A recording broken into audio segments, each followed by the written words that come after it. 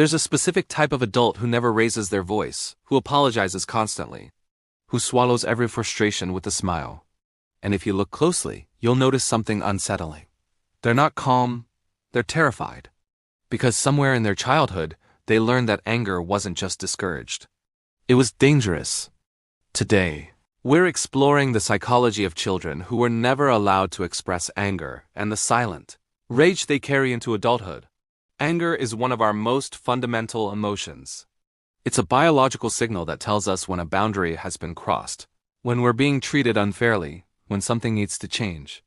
It's as natural as hunger or fear. But for some children, anger becomes the forbidden emotion, the one that gets them punished, rejected, or abandoned. Maybe their parent couldn't handle conflict. Maybe anger in the house led to violence or emotional withdrawal. Maybe they were told that good children don't get angry, or that expressing frustration made them bad, ungrateful, or out of control. So they learned to suppress it, to smile when they were hurt, to say it's okay when it wasn't, to fold their anger so small it became invisible. But here's what most people don't understand. Suppressed anger doesn't disappear. It goes underground.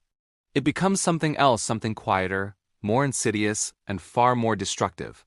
By the end of this video, you'll understand exactly what happens to a child's psyche when anger is forbidden, and why so many adults are walking around with a silent rage they don't even recognize. Let's start with what anger actually is. In neuroscience terms, anger is an activation response. It mobilizes energy. It prepares us to defend ourselves, to assert boundaries, to push back against injustice. For a child, anger is how they learn they have agency, that they can say no, that they matter, that their needs are valid. But what happens when that natural response is systematically shut down? Picture a child who gets angry because their toy was taken, or because they were treated unfairly, or because a promise was broken. A healthy response from a caregiver would be to acknowledge the feeling. I see you're angry. That makes sense. But instead, imagine the child is met with punishment, shame, or emotional abandonment. Maybe they're told, stop that right now, or I'll give you something to cry about. Maybe the parent withdraws love, goes cold, silent, disapproving. Maybe they're sent to their room, told they're being dramatic, or compared to a bad person who also got angry. The message is clear. Your anger is unacceptable. Your anger makes you unlovable. So what does the child do? They adapt. Because children don't have the option of leaving, their survival depends on maintaining connection with their caregivers. So they learn to suppress the anger. They develop what psychologists call emotional inhibition.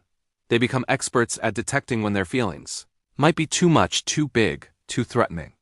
But suppressing anger doesn't make it go away. The emotion still exists, it just has nowhere to go. And when anger can't go outward, it goes inward. It becomes depression. It becomes anxiety. It becomes that constant gnawing sense that something is wrong, but you can't quite name it. Neuroscience shows us that chronic emotional suppression actually changes brain structure. The prefrontal cortex, the part responsible for emotional regulation, has to work overtime to keep that anger contained. Meanwhile, the amygdala remains activated, constantly signaling threat. The child's nervous system is essentially stuck in a state of hypervigilance, always monitoring for the danger of their own emotions. So what does suppressed anger look like in adulthood? Because it never stays suppressed forever. It just takes different forms. I call these the masks of silent rage. First, there's people-pleasing, the adult who can't say no, who accommodates everyone's needs except their own, who feels guilty for having preferences. This isn't kindness, it's a strategy. If I never assert myself, if I make myself small and agreeable, then I'll never trigger the anger response, and I'll never risk the rejection that came with it in childhood. But underneath all that niceness, there's a mountain of resentment they're not allowed to acknowledge. Then there's passive aggression, because anger always finds a way out, even if it has to sneak. This looks like forgetting important things, chronic lateness, subtle sabotage, the silent treatment, or weaponized incompetence. The person isn't consciously trying to punish others, they genuinely don't recognize their own anger. But it leaks out in these indirect, plausibly deniable ways. There's also perfectionism and control. Some people turn their forbidden anger into an obsessive need to control their environment. If everything is perfect, if they never make mistakes, if they can manage every variable, then they'll never have a reason to be angry. And more importantly, no one will have a reason to be angry at them. But perfectionism is exhausting. It's anger turned into an impossible standard that punishes the self. Another mask is anxiety and hypervigilance. When you spend your childhood suppressing anger, you become terrified of conflict. You start seeing threat everywhere. Will this person get mad at me? Did I say something wrong? Am I being too much? The constant scanning, the overthinking, the inability to relax, this is what happens when anger becomes associated with danger. And finally, there's the explosion, because you can only compress anger for so long before the container breaks. These are the adults who are calm, accommodating, and pleasant for months or years, and then suddenly, seemingly out of nowhere, they erupt. The disproportionate reaction that shocks everyone, including themselves. They feel guilty afterward, they apologize profusely, and they swear they don't know where it came from. But it came from years of never being allowed to express appropriate anger in appropriate doses.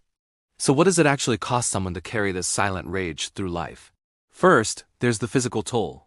Suppressed anger doesn't just affect your psychology, it affects your body. Studies link chronic anger suppression to hypertension, cardiovascular disease, chronic pain, and autoimmune conditions. When anger can't be expressed, it becomes inflammation. It becomes tension. It becomes illness. The body keeps the score. Second, there's the relational cost. When you can't access your anger, you can't set boundaries. You can't advocate for yourself. You can't communicate when something's wrong until it's catastrophically wrong. You end up in relationships where you're constantly accommodating, constantly shrinking, constantly betraying yourself to avoid conflict. And the people around you? They often don't even realize you're angry because you've become so skilled at hiding it even from yourself. Third, there's the identity confusion. When you've spent your whole life suppressing a fundamental emotion, you lose touch with your authentic self. You don't know what you actually want, what you actually feel, what you actually need. Because anger is connected to desire, it tells you what matters to you. Without access to your anger, you become disconnected from your own values, your own preferences, your own sense of self. And finally, there's the spiritual exhaustion. Living with silent rage is like carrying a backpack full of rocks that gets heavier every year. It takes tremendous energy to suppress an emotion 24/7. Energy that could be used for creativity, for connection, for joy. Instead, it's used to maintain the appearance of being okay when you're not, to keep the peace when there should be disruption, to protect others from your feelings while no one protects you. So how does someone who was never allowed to express anger begin to reclaim it? First, you have to recognize that what you feel isn't calmness, it's compression. You're not peaceful. You're performing peace, and that recognition alone can be revolutionary. Naming it, I have anger. I've always had anger. It's been here the whole time. Second, you have to learn what healthy anger actually looks and feels like. Because if your only model of anger was rage or violence, you might think that any expression of anger leads there. But healthy anger isn't explosive, it's clarifying. It's the ability to say, that doesn't work for me. I don't agree with this. What you did hurt me, and it's not okay. Healthy anger sets boundaries. It protects. It advocates. Third, you need to practice feeling it in your body without immediately shutting it down. This might mean working with a therapist, doing somatic work, or simply sitting with the sensation when it arises. Notice where you feel it. What does it want to say? What does it want to protect? Give it space to exist without requiring it to be productive or resolved. Fourth, you have to grieve what you lost by not being allowed to be angry. You lost the ability to defend yourself. You lost years of clear communication. You lost relationships that might have been healthier if you could have said what was wrong. That grief is real and it deserves acknowledgement. And finally, you have to practice expressing anger in small, safe doses. Start with low-stakes situations. Send back the wrong order at a restaurant. Disagree with someone about something minor. Say, actually, I prefer not to, instead of automatically saying yes. These small acts are practice. They rewire the neural pathways that learned anger equals danger. If you grew up in a home where anger was forbidden, I want you to know, your anger isn't bad. It isn't dangerous. It isn't proof that you're broken or out of control. It's a signal. It's information. It's your psyche trying to protect you, advocate for you, and remind you that you matter. The child who learned to suppress their anger did so to survive. But the adult you are now gets to learn something different. You get to learn that anger doesn't have to be rage. That boundaries don't have to be violent.